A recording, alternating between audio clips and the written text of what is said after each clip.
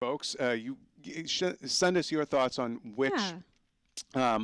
Marvel and DC movies you're most excited to watch at Keeping It Real at IGN.com. And of course, I'll repeat that again at the end of the podcast. But let us know which DC and Marvel movies you're most excited for.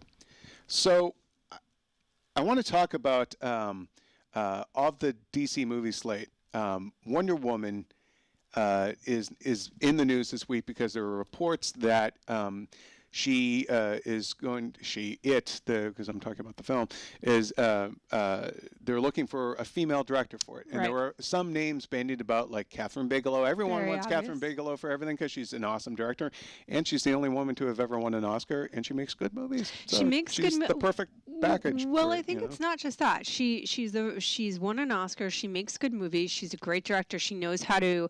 But she can do action. Lest we forget, this is the woman that directed Point Break. That's right. She does know how to do it. And Point Break birthed, a lot of action franchises. Certainly Fast and Furious. You wouldn't have Fast and Furious without Point Break. Took their cue from Point Break. So she knows how to direct action. She knows how to direct sort of quiet emotional moments. She got really performances. She gets performances out of people. She got really weird with Strange Days. A lot of people don't like it. I actually love that movie. I really love that movie too. Yeah. So she's ideal, but she's do you think they would get her? I do not because I think she'll probably be she would ask for too much control, and then B, she'd be more expensive than some of the other options because she is very established. Think about the cast that would line up to work with her on something that's a surefire hit then at that point. But so Catherine Bigelow's one name mentioned, but I think everyone's like, yeah, good luck trying to get her. Let's name some other people. Catherine Hardwicke was one person rumored. I don't like that. Look, she's a very nice person. I've interviewed her a few times, but I didn't like Twilight, the first one. She did that one, and the Nativity Story was kind of eh. Did you watch the earlier 13 films? Was the only one that really is the one where people feel like legitimately, hey, that's great. And then she did what? Didn't she do Red Riding Hood? She did. The follow-up to 13 was the skater movie. Oh, Lords of Dogtown? Lords of Dogtown, yeah. Oh, yeah. Okay. So this is what I would say about her. So let's table Twilight for a minute, if we may. And I will say this. One of the things that we were talking about earlier is that, a director, male or female, doesn't necessarily have had to have directed action in the past to be a great action director. We've seen examples of people that you wouldn't have thunk it, but hey, look at the Russo brothers made great action. You mentioned James Bond and Sam Mendes. Yep. However, one thing I do think that they need to do is be very crisp in terms of telling a linear story. You only said crisp because we just had grilled cheese sandwiches. It was so delicious. Anyways, I digress. Continue. But they were delicious sandwiches. But really were. Catherine Hardwicke is a bit more of a non-linear, you can't do elliptical action sequences. They just don't typically work. And we've seen examples of people trying that. Yeah. And what happens is the audience gets confused. Now, I'm not saying you have to be completely linear.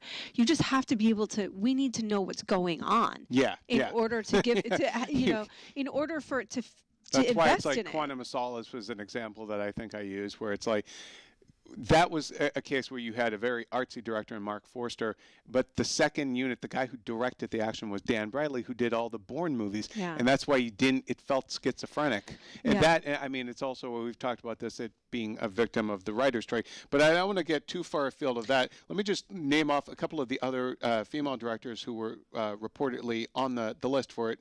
Julie Taymor, who did The Tempest and Titus and Spider-Man Turn Off the Dark on Broadway, which turned into a cluster. Mimi Leder, who did Deep Impact, and she's a director on The Leftovers. Trisha Brock, who's worked on The Walking Dead and Community. Karen Kusama, who did the Aeon Flux movie and Jennifer's Body and Girl Fight.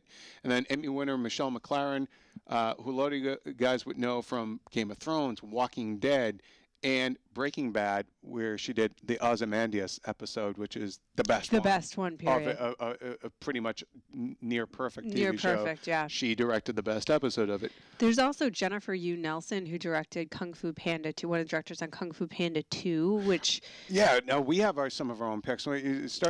My favorite, there's also Jennifer Kent, who directed a film you really like called The Babadook. Oh, God, it's awesome. It's coming out in November. It's not an actual Halloween movie. I haven't seen it yet. yet. But it's an Australian film. Our own Daniel Krupa reviewed it, and he and I are on the same page. I loved it. It's one of my favorite horror movies now. We'll get to that later. Jen and Sylvia Soska. The Soska sisters, who did the awesome American Mary. They have See No Evil 2 coming up now. Yeah. They did one of the shorts and the ABCs of Death 2. Kimberly Pierce. There was Boys Don't Cry. Yeah. And then here's one that popped to mind. I was thinking Patty Jenkins, who did Monster, and here's the thing. She was supposed to direct Thor originally, and then Brenna took over, and it was kind of a public flap. Yeah. So I thought it'd be kind of interesting. She could finally get her kind of mythological superhero fix. And she could get some great performances out of people, too. I'll tell you who my favorite, other than if you're not going to get Bigelow, which I don't think it may, look, you never know. But if it's not somebody that's the obvious pick, right? I like Michelle McLaren the best. Yeah. Because I think she has demonstrated that she is just an awesome director, but also that she can, because she's a TV director, right?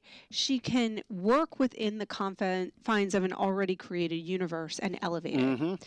And that's what I think. Work on a budget. That's what I think you need to be able to do with now it's a big leap for her, but we've seen it happen certainly in other. I mean, instances. Alan Taylor did it for Thor 2, and now he's doing the new Terminator movie. So yeah, I think she'd be another person I thought of was Angelina Jolie. And she has that movie Unbroken coming out. That's like Oscar contender. I think it's a really interesting choice. I think with Angelina Jolie, I really want to be able to see Unbroken first and see what kind of a tone it has, But she has done action. She's certainly familiar with action. She knows how to do that.